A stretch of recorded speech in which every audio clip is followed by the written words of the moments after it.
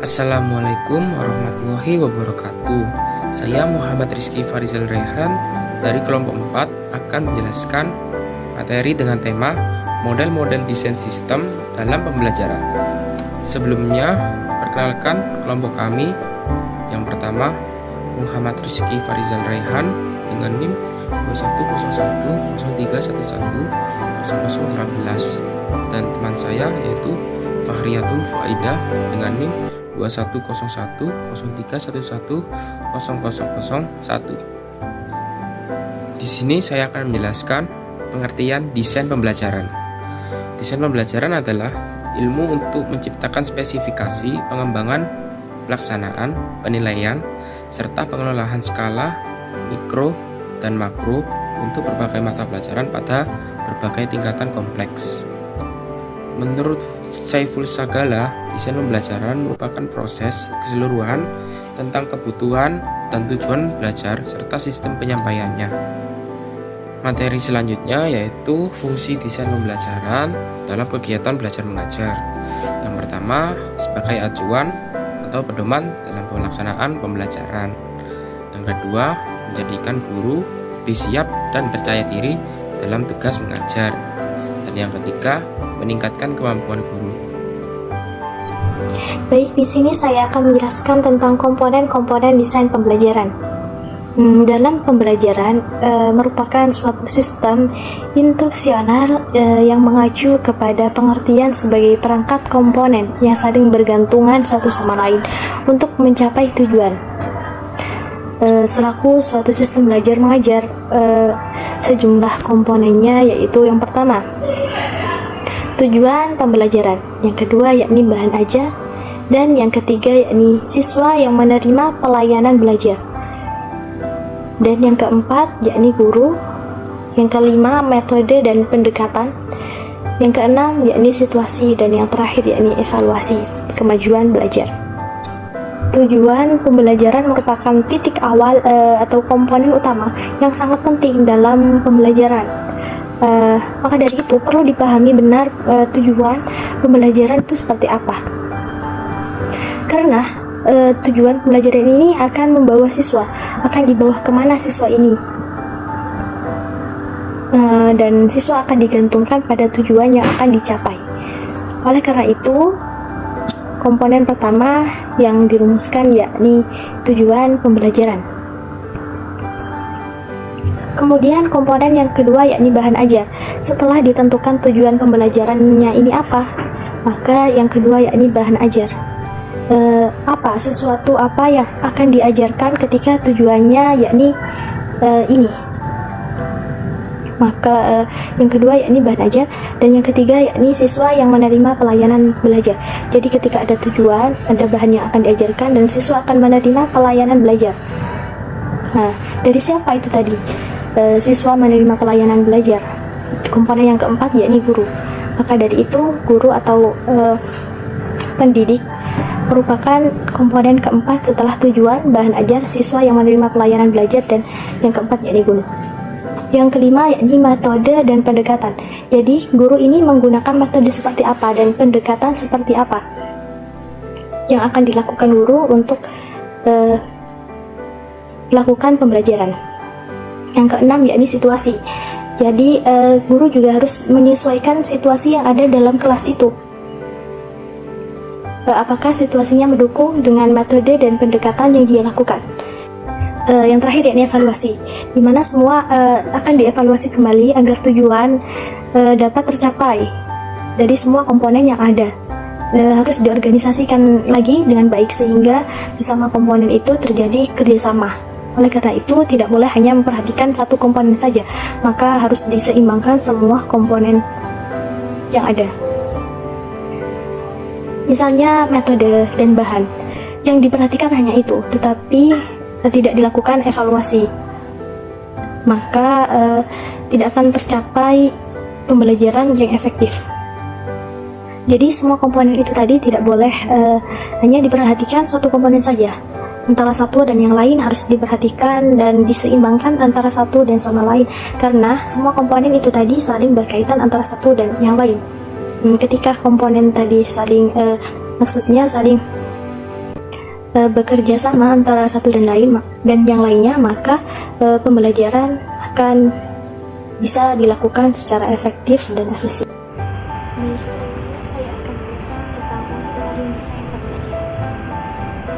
Model desain pembelajaran di sini ada 9.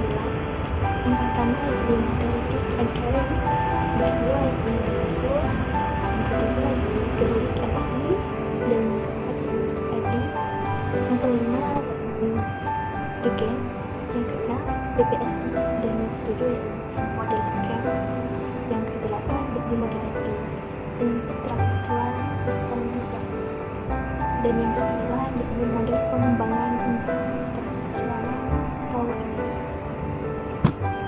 Baik, di sini akan kita bahas dulu model Dick and Carey. Model ini dikembangkan oleh Wilka Dick dan Lord Carey pada 1985. Model ini termasuk ke dalam model prosedural. Langkah-langkah desain pembelajaran menurut Dick and Carey yakni yang pertama, mengidentifikasi tujuan umum pembelajaran, mengidentifikasi apa yang diharapkan dari siswa setelah siswa melakukan pembelajaran. Rumusan tujuan dapat mengacu dalam kurikulum atau analisis kebutuhan peserta didik pada saat itu. Yang kedua yakni melakukan analisis pembelajaran. Analisis yang digunakan untuk menentukan pengetahuan dan keterampilan yang relevan yang dibutuhkan peserta didik untuk mencapai tujuan pembelajaran. Yang ketiga yakni mengidentifikasi tingkah laku dan karakteristik siswa. Menganalisis ini dilakukan untuk mengetahui perilaku awal peserta didik yang meliputi penguasaan, bakat, minat, motivasi, gaya belajar, cita-cita, dan lain-lain. Yang keempat yakni merumuskan tujuan performasi atau kinerja apa yang harus dilakukan dan dikerjakan siswa, dan menulis kriteria seperti apa yang tepat. Yang kelima yakni mengembangkan butir-butir tes sebagai patokan acuan sesuai. Yang keenam yakni mengembangkan strategi pembelajaran. Hal ini dilakukan sebagai aktivitas pembelajaran yang meliputi penyajian materi dan tindak lanjut atas sebuah pembelajaran. Yang keenam yakni mengembangkan dan memilih materi bahan pembelajaran yang dikembangkan sesuai dengan lingkungan di sekitarnya. Yang kedelapan yakni mendesain dan melakukan evaluasi formatif yang akan dihasilkan yakni penilaian data yang menjadi acuan berhasil tidaknya pembelajaran. Yang kesembilan yakni revisi bahan pembelajaran untuk mengetahui kelemahan pembelajaran. Menurut Prof. Adli Suparman, model ini cocok untuk pembelajaran formal di sekolah dan untuk sistem pembelajaran yang melibatkan komputer dalam proses pembelajaran. Analisis tentang media dan metode tidak bersifat argumentatif guna mencari berbagai alternatif. Yang kedua yakni model SWOT. Model ini terdiri dari 6 tahapan. Yang pertama yakni menganalisis pelajar, menganalisis bagaimana karakteristik, bakat yang terpendam, dan motivasi jangka. Yang kedua yakni menyatakan tujuan pembelajaran. Yang ketiga memilih metode dan media pembelajaran. Yang keempat yakni menggunakan media dan bahan pembelajaran. Jika tadi memilih dan sekarang menggunakan media itu. Yang kelima yakni partisipasi pelajar dalam kelas. Jadi dalam desain ini kita memiliki jadi dalam metode ini seorang pelajar atau peserta didik bisa diapresiasi atas semua yang dia lakukan, jadi dapat reward. Dalam ini kita melakukan aktivitas memecahkan masalah, simulasi seperti kuis dan lain-lain. Yang keenam yakni penilaian dan revisi dari semua media pembelajaran yang telah dilakukan dan dinilai menguji keberkesanan dan dampak pembelajarannya, bagaimana keberhasilannya. Yang ketiga yakni model Berkeley MLE. Model ini menjadi satu garis pedoman atau satu peta pembelajaran, karena model ini diperhatikan semua keseluruhan proses belajar mengajar, baik itu seperti apa. Dalam model ini dilakukan yang pertama yakni merumuskan tujuan pembelajaran, yang kedua yakni menentukan isi materi yang akan dilakukan untuk pembelajaran, yang ketiga yakni penilaian kemampuan awal siswa, yang keempat yakni menentukan strategi pembelajaran, yang kelima yakni pengelolaan pembelajaran, yang keenam yakni pembagian waktu, dan yang ketujuh yakni menentukan ruangan yang sesuai dan efektif untuk pembelajaran, yang kedelapan yakni memilih media. Kelebihan model pembelajaran ini yakni sangat teliti dalam merancang dalam melaksanakan pembelajaran dan sangat cocok untuk digunakan di segala kalangan. Tetapi kekurangannya yakni prosedur perencanaan desain ini terlalu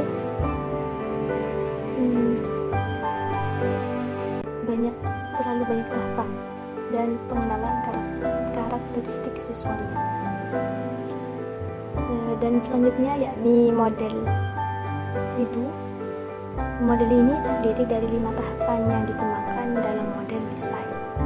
Yang pertama yakni menganalisis kebutuhan untuk menentukan masalah dan solusi yang tepat dalam menentukan kompetensi siswa. Yang kedua yakni menentukan kompetensi khusus, metode belajar, ajar, dan pembelajaran. Yang ketiga yakni memproduksi program dan bahan ajar yang akan digunakan dalam program pembelajaran. Yang keempat yakni implementation, melakukan program pembelajaran dengan menerapkan desain atau spesifikasi program pembelajaran. Yang kelima yakni evaluasi, melakukan evaluasi program pembelajaran dan mengevaluasi hasil pembelajaran. Yang kelima yakni model The Game. Model ini menggunakan 8 langkah desain pembelajaran. Yang pertama yakni analisis tujuan dan karakteristik bidang studi. Yang kedua yakni analisis sumber belajar, kendala-kendalanya seperti apa. Dan yang ketiga yakni analisis karakteristik si belajar atau individu, yakni peserta didik. Yang keempat yakni menetapkan tujuan belajar dan isi pembelajaran. Yang kelima yakni menetapkan strategi pengelolaan desain isi pembelajaran. Dan yang keenam yakni menetapkan strategi penyampaian isi pembelajaran. Dan yang ketujuh yakni menetapkan strategi pengelolaan pembelajaran. Dan yang keenam yakni mengembangkan prosedur itu tadi untuk mengukur hasil pembelajaran. Yang keenam yakni model PPSI. Model ini memiliki 5 tahapan. Yang pertama yakni perumusan tujuan, meliputi istilah operasional, bentuk hasil belajar dan tingkah laku serta didik. Yang kedua yakni mengembangkan alat evaluasi untuk menentukan jenis tes, dengan menentukan jenis tes yang digunakan untuk menilai tercapai tidaknya sebuah tujuan. Yang ketiga yakni belajar merumuskan semua belajar dengan merumuskan semua kemungkinan kegiatan belajar untuk mencapai tujuan dalam menetapkan kegiatan belajar yang perlu untuk diajarkan itu apa dan yang tidak perlu diajarkan itu apa. Yang keempat yakni mengembangkan program kegiatan, meliputi rumusan materi pembelajaran, menetapkan metode yang dipakai dan alat pembelajarannya apa, seperti buku atau teknologi atau seperti apa, dan menyusun jadwal pula. Yang kelima yakni melaksanakan pelaksanaan, meliputi mengadakan tes dan penyampaian materi pembelajaran yang dilakukan. Yang ketujuh yakni model CAM. Model ini terdiri dari 6 langkah. Yang pertama yakni menentukan tujuan instruksional umum atau standar kompetensi. Yang kedua yakni menganalisis karakteristik peserta didik. Dan yang ketiga yakni menentukan kompetensi dasar. Yang keempat yakni menentukan materi pembelajaran.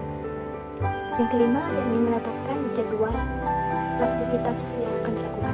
Yang keenam yakni menentukan strategi belajar mengajar. Yang ketujuh yakni mengkoordinasi sarana penunjang yang meliputi tenaga, fasilitas, salah satu tenaga dan waktunya saja. Yang kedelapan yakni mengadakan evaluasi. Yang selanjutnya yakni ISD, Instructional System Design. Dalam tahapan ini ada 5 tahapan. Yang pertama yakni menganalisis, mengidentifikasi apa yang dipelajari. Yang kedua yakni merancang spesifikasi proses dan produk. Dan yang ketiga yakni mengembangkan atau memandu dan menghasilkan materi pembelajaran. Yang keempat yakni melaksanakan sebuah materi dan strategi dalam konteks ya. Yang kelima yakni menilai atau menentukan kesesuaian pembelajaran. Dan yang terakhir yakni pengembangan instruksional atau MPI. Pada pengembangan sistem desain pembelajaran ini terdiri dari 8 langkah. Yang pertama yakni mengidentifikasi kebutuhan instruksional dan menulis tujuan instruksional secara umum. Yang kedua yakni melakukan analisis instruksional, mengidentifikasi. Dan yang ketiga yakni mengidentifikasi perilaku dan karakteristik awal. Yang keempat yakni menulis tujuan instruksional khusus. Yang kelima yakni menulis tes acuan atau patokan awal. Yang keenam yakni menyusun strategi instruksional yang mengembangkan bahan instruksional. Dan yang kedelapan yakni melaksanakan evaluasi formatif termasuk dalam kegiatan merevisi atau memperbaiki sistem pembelajaran. Dari berbagai desain pembelajaran kita bisa memilih dan menyesuaikan sesuai dengan situasi dan kondisi peserta didik yang kita ajarkan. Sekian presentasi yang bisa kami sampaikan. Kurang lebihnya mohon maaf sebesar-besarnya. Billahi taufiq wal hidayah. Assalamualaikum warahmatullahi wabarakatuh.